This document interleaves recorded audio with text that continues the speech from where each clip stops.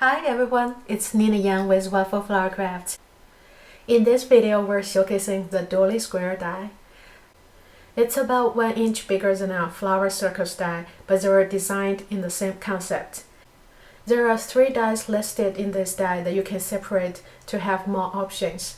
Before you separate them, you can have the frames, as you can see on the left here, and the center die will die cut 4 circles in this window out. You can also use it to die cut a window with pierced detail on the outside. And after you separate them, you can have 2 different panels. One is a symmetrical square that's about 2 3/4 big, and the biggest frame is about 4 1/4. That works great on A2 sized cards. Let's put it to action. This die belongs to our surface collection, which means they're meant for creating layers and creating surfaces for you to stamp on. So it's kind of hard to come up with some card ideas that's just to feature them as the focal. But I wanted to show you a couple ideas here.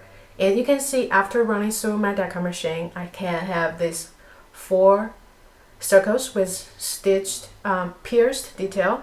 And we have a window, which should be very fun for shaker cards, like having a little critter peeking through the window. And we have a frame. I just wanted to remind you that this is what you get before you separate the dies. If you like the frames, I would suggest that you die cut a bunch in white, and then you can color them if you need it. And then we're going to separate our dies. I usually just use a wire cutter to cut off the tabs, and we're good to go. Okay? There are 3 dies in this die set. For our first cut today, I have a simple technique to share. I'm just taking out the little pieces quickly with my piercer. I find it easy that you sort of just push on the small pieces and lift up your die cut piece a little, like you're pushing it down and lifting up at the same time.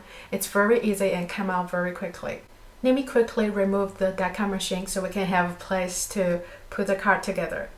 So here is what I was having in mind.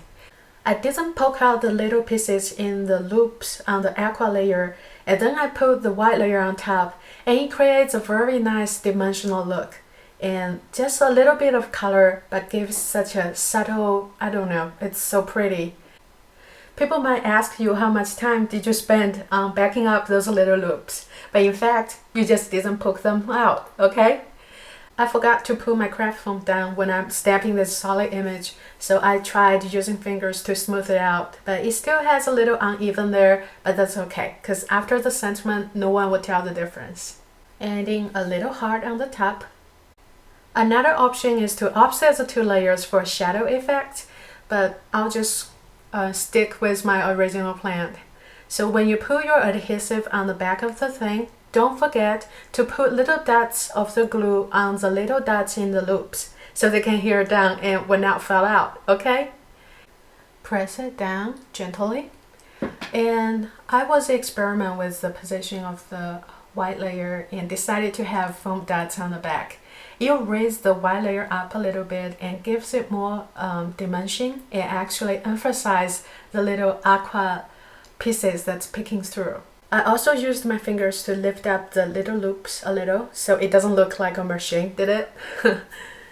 You can also die cut multiple layers of the white cardstock and stack them on top of each other instead of using foam or adhesive.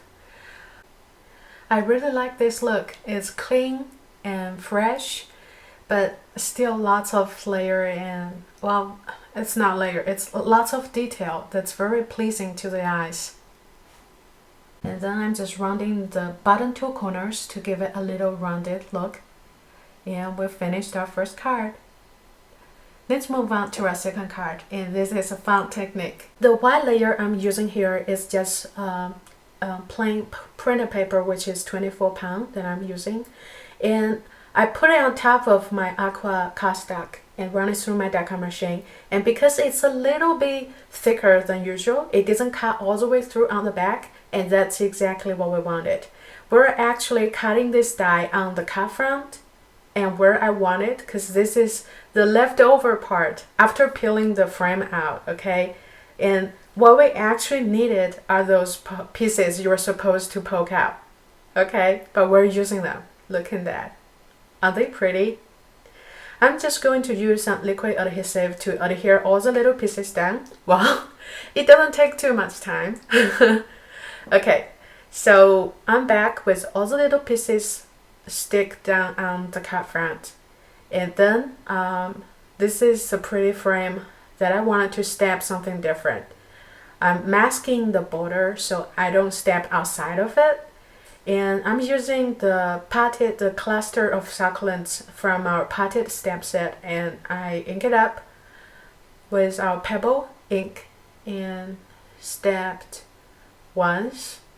And then I saw the color was a little too subtle that I couldn't see it. It doesn't look that nice on the aqua, so I just go back again with our, I think it's the wild orchid color.